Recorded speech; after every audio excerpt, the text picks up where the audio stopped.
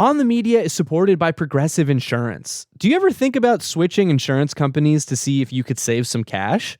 Progressive makes it easy to see if you could save when you bundle your home and auto policies. Try it at Progressive.com. Progressive Casualty Insurance Company and Affiliates. Potential savings will vary, not available in all states. Hey, you're listening to the On the Media Midweek Podcast. I'm Micah Lowinger. To set the scene for this episode, we're going back to November 2004, when the wildly successful To Catch a Predator first aired on television as a segment of NBC's Dateline. This 32-year-old guy wants to spend a Sunday afternoon chilling with a 13-year-old girl after texting her about getting stoned. But Mike Manzi's date is about to go up in smoke. The show eventually became one of the biggest and most influential true crime shows ever, drawing 7 million viewers per episode by its final season in 2007.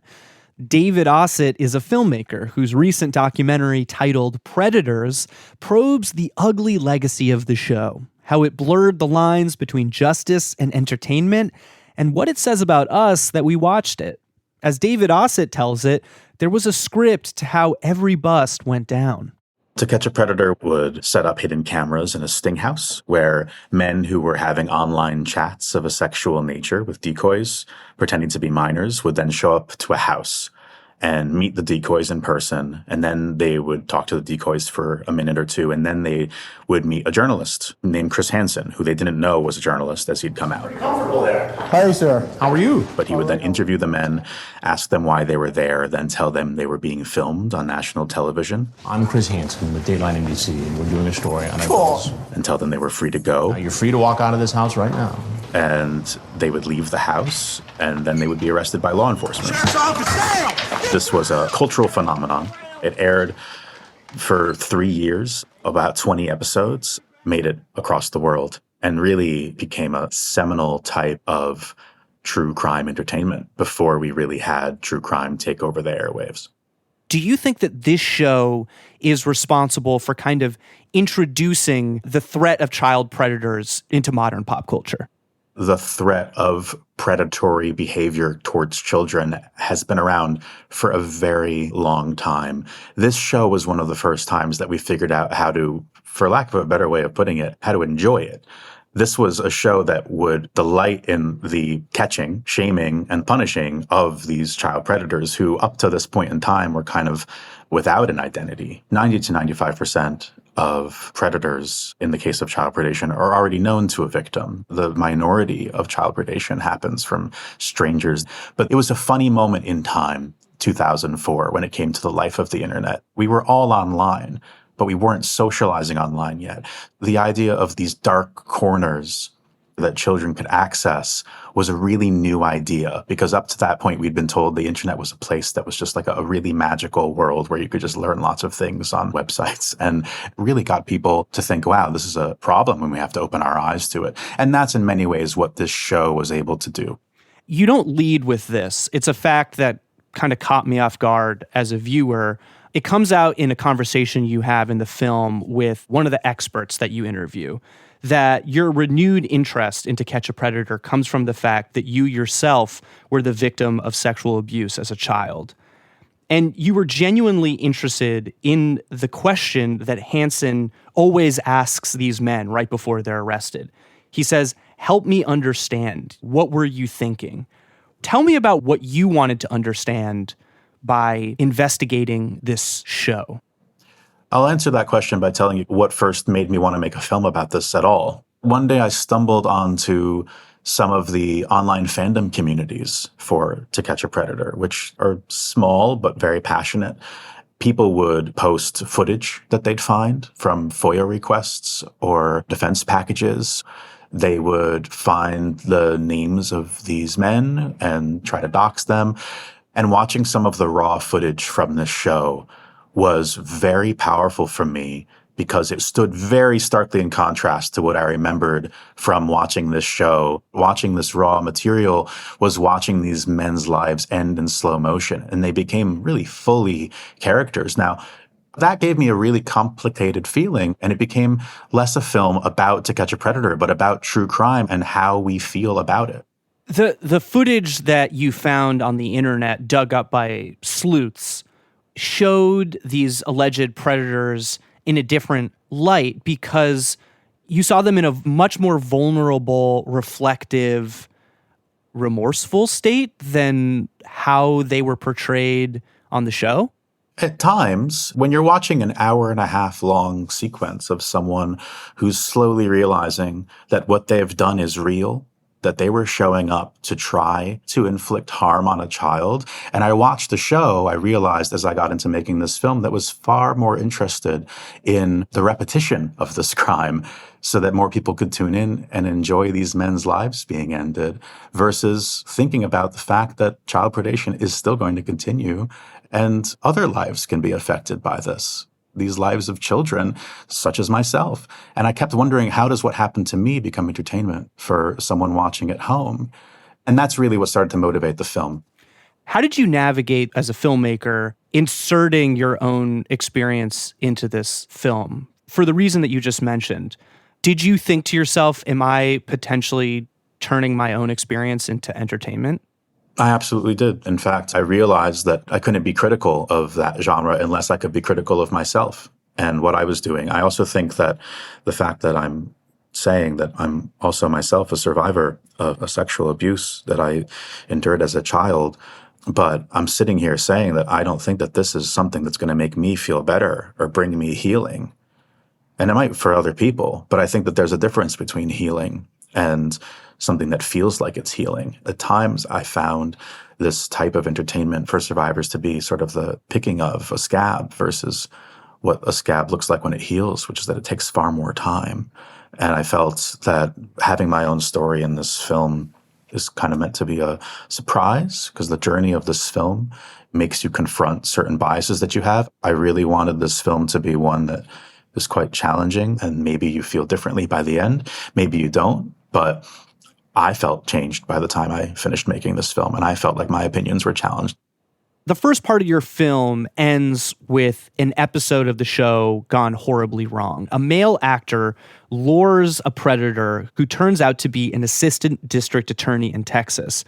The guy ends up not wanting to show up to the house. So NBC and law enforcement, they do something different. They go to his house. And when law enforcement opens the door to apprehend him, he ends up shooting himself in the head. To Catch a Predator ends 6 episodes after this debacle. This is how Chris Hansen and his team rationalized what happened right after this disaster. Everybody on the scene would have rather have had Bill Conrad tell his side of the story and if necessary, have his day in court. But that's not the choice he made. Chris and his team were able to say, well, yeah, the worst thing you do is prey on a child. So, of course, he took his own life, and it's a shame that that had to happen. Basically, the argument is always when it comes to these types of crimes, well, if they don't want what happens afterwards, then they shouldn't do the crime. If they take their own life, they take their own life. It's a complicated thing for me to accept that we can decide that a TV show's execution is kind of more important than someone getting help. The second part of your film brings us more into the present, years after To Catch a Predator is off the air. Now there is this massive ecosystem of Chris Hansen copycats, content creators who've revamped the template of the show for the live streaming era. You spend time with a YouTuber who goes by the name Skeeter Gene and Skeet Hansen. Tell me about this guy. How did you choose him as a subject? I chose Skeet because he was clearly the direct scion of Chris Hansen. He's named after him. He's doing a sort of impression of Chris Hansen. He's got a suit. He's got a clipboard. He's speaking in this low, sonorous voice as he's talking to the men that he's catching. What I have to let you know is that I'm Skeet Hansen with the Editorial Investigation Unit, and you've just been skeeted. And I felt like that would be an interesting way to explore how this genre has evolved into some sort of a form of entertainment, because Skeet is very clear about the fact that he's using the trappings of To Catch a Predator for a humorous value and to get more views. And his show has been very successful. There's a scene in your film when you and your film crew and Skeeter Gene's crew are both crammed into this motel bathroom. You're waiting for this child predator to come into the motel room to find the kid that he's looking for. When he arrives, the man is visibly shaken to realize that he's now been caught in a sting. He starts crying. He's expressing suicidal thoughts. In that moment, your producer approaches him and asks him to sign a release form. I'm wondering if you would sign an appearance release form for us. We can't use your face unless you sign it. They can, but I'm just curious if you sign it for us. So, wait a second. I'm kind of confused. Yeah, I'm a documentary filmmaker. In that moment, I'm thinking to myself the way a lot of documentary filmmakers are of, I might want to speak to this man afterwards. I might follow him as a character. My cameras are rolling. We ask for a release form. He decides not to give the release form, so we blur his face in the film. And then at some point, I get back to the edit room and I watch that material and I have a really visceral reaction to it as I'm watching it. It feels like the film kind of is changing in front of me. And I'm realizing that for this moment, as far as this man is concerned, there are 2 camera crews in that room and they're doing the same thing. But I'm standing there saying, I'm trying to treat him a little differently than how Skeet's interested in treating him. He's not getting a release form. But it all felt the same. And it felt really complicated to me. And it became a moment where I started to realize some deeper threads of what I was interested in doing here, which is that I don't think that any of us are exempt from the cycles that this type of entertainment helps spawn. I don't think that audiences are exempt from it. I don't think that documentary filmmakers are exempt from it. I don't think that journalists are exempt from it, because we're all basically finding a way to make our stories more interesting by using people's lives. In the third and last act of the film, you return to current-day Chris Hansen, who's in the process of rebooting his show under a different name, now for a different network, True Blue, which is a YouTube channel and a streaming service dedicated to true crime shows. You got this really remarkable access to Chris Hansen's editorial process. You watch him and the president of True Blue discussing an episode they're about to release in which Chris exposes an 18-year-old alleged predator. Tell me about that episode. They were in the middle of conversation about an episode they were debating whether they should continue making or not, which was an episode featuring a 18-year-old man who was caught up in one of their stings, who was chatting with someone he believed to be a 15-year-old. There's a debate about what to do in this situation that we filmed. And one of the moments that really stuck out to me was that they were saying, well, in the next state over, it wouldn't have been a crime. An 18-year-old and a 15-year-old is not illegal. Say in Ohio, the law is sort of making room for a senior in high school dating a freshman in high school. However we feel about that, it is legal in some states in the U.S. Precisely. And this thing happened to be in a state where that was illegal. And if we're looking at a sort of genre that is predicated on flattening people into as evil as possible, or as just saying, look, you are a child predator, what happens when there's gray area introduced to something that is so binary? Of course, the answer is that the gray area gets removed. The show can't work without flattening its subjects. You interviewed the mother of this 18-year-old who talks about the effect it's had on their family. The son can no longer be in the house with his younger brother, who's a minor. He has to drop out of school. We hear him sobbing off camera. It's a sort of heartbreaking moment where we see the aftermath of a crime that so often is not put on screen. That said, when I was reading Letterboxd reviews of the film, Reddit posts about the film, I saw a common critique, which was that some viewers felt you were too sympathetic to some of the so-called predators that you feature in the film. I'm curious to hear what you think about that critique. I mean, in some ways, we spend much more time in your film thinking about how these so-called predators are portrayed, yes, and far less time confronted with the harm that these people are attempting to do. That's right. Well, I think it's important to note that no children are harmed in my film. There are no actual moments where there are children being victimized in To Catch a Predator. If the criticism is that there's not enough voices of victims, there are a couple victims in the film. I'm one of them. I would also say that the entire landscape of true crime entertainment is full of the voices of victims. That's great that people feel like they can get their voices heard in that way. I have not seen many films that deal with the consequences of this type of entertainment on our society. And that was the goal of my film. I'm fine with the criticism because it's true. I don't give a lot of airtime to victims. I give some, But this film is not really about what happens when a child is victimized. This film is about that if we can decide that a group of people are not worth humanity, we can do that to other people too. And we see the whole history of the last several decades of our society littered with stories of how we can just decide that some people are not worth humanity. We can decide that about immigrants, legal migrants, and we can decide that to enable a genocide. And my question really is, where do we go next from that? I haven't met anyone who can convince me that we can't hold two things at the same time. We can't have people receiving punishment and treatment for their crimes while also having empathy for what got them to become criminals in the first place. No one has convinced me yet why we can't have both of those things in a functional society. But I can tell you, having spent enough time with this issue over the last several years, that this is about men who live in a society that has been basically grooming men to find minors attractive. We talk about pedophilia, which is in its clinical definition an attraction to very young children. More often the case, and this show is dealing with kids who are 15, 16, being presented as adults, basically, who are living and growing up in a society that is prizing the sexuality of 15 and 16-year-old girls. It's horrendous that we allow that, but we don't interrogate how we allow that.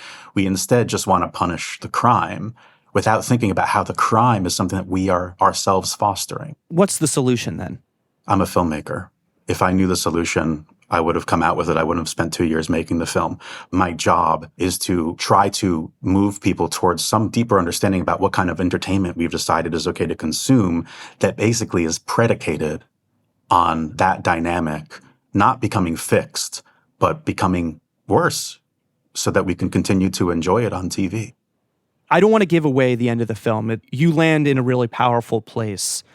Without spoiling it, can you explain to me what you wanted to achieve? I wanted to use the genre of true crime to address this idea that a lot of true crime typically demands an answer. You find the bad guy gets punished. You're affirmed because you've watched this show, and then you can leave this documentary saying, I get the issue now. But this isn't a true crime film. And I don't think that you get that satisfaction from the ending of this film, because I don't think we can get that satisfaction in a system where we're really just watching these stories of good and evil to find entertainment. And I'm saying that films about topics like this can also be predatory. Films like this can also be reductive. There's something more honest and true than the typical arc of crime and punishment, which is, I think, how we've convinced ourselves the world has to spin. The ending of this film, without giving much away, is that it's a look at the idea of complexity and what role, again, we all have in these cycles of pain and inability to heal. I think we all carry this sort of mix of empathy and cruelty. We're all capable of both. When that becomes the basis of a television program, I think we got to watch out. David, thank you so much. Thanks for having me. David Osit is a documentary filmmaker. His newest movie, Predators, is available to stream. Thanks for listening to the Midweek Podcast. Brooke and I have been doing something a little bit new for us. We're making videos on Instagram and TikTok. Some of these are clips from interviews you hear on the show. Some of them are kind of like reflections on things happening in the media. We'd love to hear what you think. Go over there and drop us a line, please. I'm Michael Lowinger.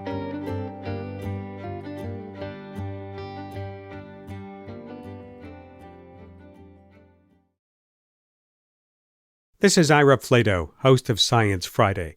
For over 30 years, the Science Friday team has been reporting high-quality science and technology news, making science fun for curious people by covering everything from the outer reaches of space to the rapidly changing world of AI to the tiniest microbes in our bodies. Audiences trust our show because they know we're driven by a mission to inform and serve listeners first and foremost with important news they won't get anywhere else. And our sponsors benefit from that halo effect. For more information on becoming a sponsor, visit sponsorship.wnyc.org.